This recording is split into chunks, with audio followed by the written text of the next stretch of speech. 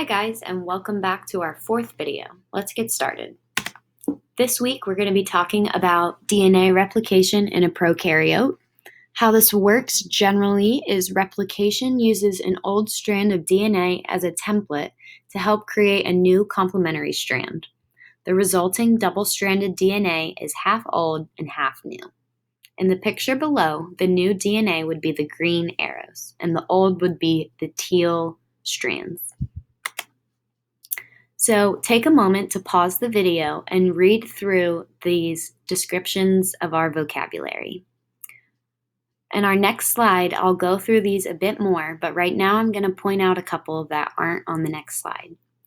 We have our origin of replication, which is a sequence of chromosomes that marks where replication begins. We have our leading strand, which is in the direction of 5 to 3, where DNA is created continuously. We have our lagging strand in the direction of 3 to 5, and DNA is created in short breaks called Okazaki fragments. So here's our simplified description of our other vocabulary words. So if you look at the picture on the left, here's our replication fork, and A, gyrase, is going to help relieve coiling ahead of our fork. B is our leading strand DNA polymerase 3 and will continuously create DNA by adding nucleotides. C is our helicase, and this will unzip the DNA by breaking hydrogen bonds. The RNA primase, which is D, will create RNA primers. E, our single-stranded binding proteins, will coat our single-stranded DNA. G, our lagging strand DNA polymerase 3, will create DNA in short breaks called Okazaki fragments by adding nucleotides. H, our DNA polymerase 1, will remove these RNA primers and replace them with DNA. And I, our ligase, will come in at the end and seal up the gaps on our lagging strand.